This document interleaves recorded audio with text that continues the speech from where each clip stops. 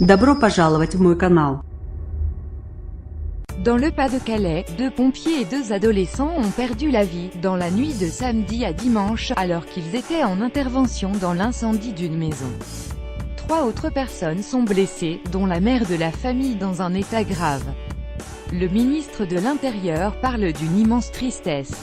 2 sapeurs-pompiers volontaires et 2 autres jeunes de 16 et 22 ans sont morts dans la nuit de samedi à dimanche lors de l'incendie d'une maison d'habitation sur la petite commune d'Estrée-Blanche, dans le Pas-de-Calais, selon un nouveau bilan de la préfecture. Un autre sapeur-pompier a été grièvement brûlé ainsi que la mère des 2 enfants morts, selon le bilan fourni par le préfet du département Fabien Sudry, accouru sur les lieux. Ils ont été dirigés sur le service des grands brûlés au CHRU de Lille. Le père de la famille a été plus légèrement atteint et hospitalisé à Saint-Omer.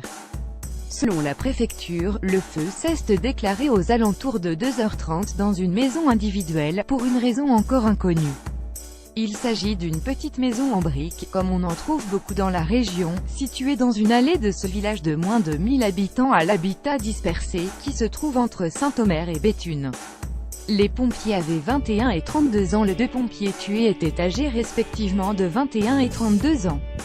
L'un habitait le village voisin de Longhem, l'autre la commune de Lillers, a précisé la préfecture. Il faisait partie du corps des sapeurs-pompiers de Lillers. Dans un premier temps, les 2 adolescents étaient simplement portés disparus, car la préfecture ne savait pas encore s'il était dans la maison lors du drame. Mais tout laissait craindre le pire. Les 2 adolescents ont été retrouvés un peu plus tard, explique Damien Sudry, le préfet du Pas-de-Calais. Les 2 pompiers volontaires sont décédés en voulant venir en aide aux victimes, selon M.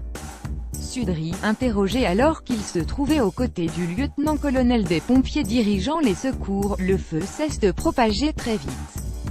Le premier étage, auquel les pompiers avaient accédé pour secourir la famille, s'est retrouvé cerné par les flammes et pris dans une chaleur intense, a rapporté le préfet, de sorte qu'il a fallu du temps avant que les secours puissent pénétrer dans la maison pour vérifier si d'autres corps que ceux des 2 pompiers s'y trouvaient. D'importants renforts du centre opérationnel départemental de secours CODIS avaient été dépêchés sur les lieux, portant le total des pompiers sur place à 70 hommes.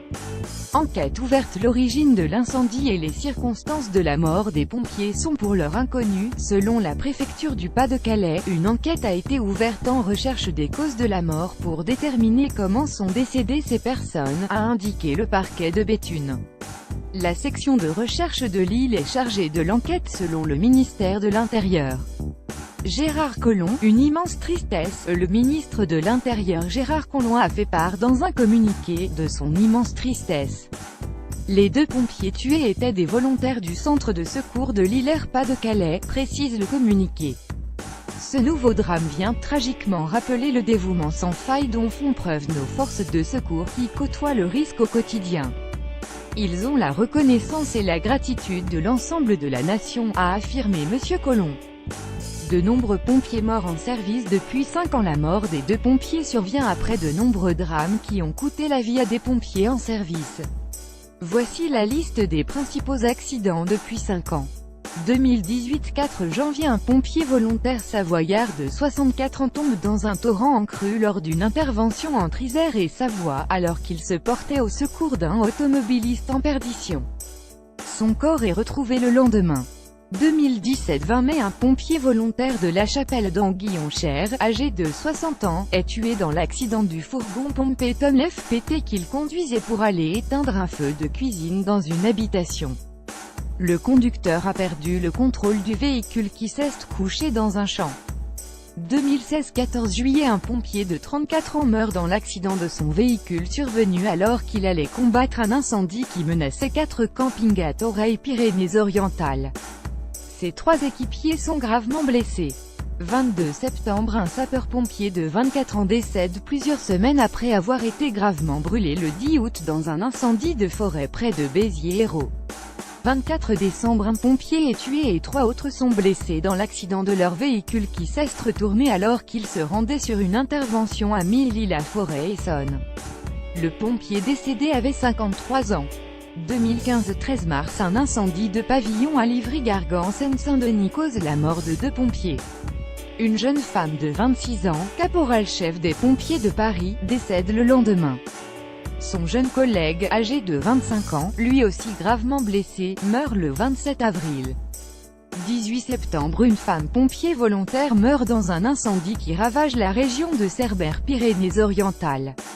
20 septembre, une femme sapeur-pompier volontaire de 19 ans meurt dans un accident de la route à Saint-Hippolyte-Doux, lors d'un départ en intervention. Le pompier qui était au volant était fortement alcoolisé, selon le parquet de Montbéliard. 2014, 16 décembre, un pompier de 54 ans meurt des suites d'un malaise survenu lors d'une intervention sur un feu de maison à Glaise-et-Rhône. 2013, 15 juillet, décès d'un pompier de 33 ans, gravement brûlé le 25 mars lors d'une explosion survenue alors qu'il éteignait un feu de poulailler à Saint-Michel-de-Chavaigne-Sarthe. 6 novembre, une femme pompier volontaire de 22 ans, du village de Tille, Nouvelle-Calédonie, se tue dans un accident de la route, en se rendant sur un feu de forêt. 2 décembre, le chef du centre de secours de Houdan-Yvelines, sapeur-pompier professionnel de 58 ans, se blesse mortellement en chutant dans un fossé lors d'une intervention sur la 13.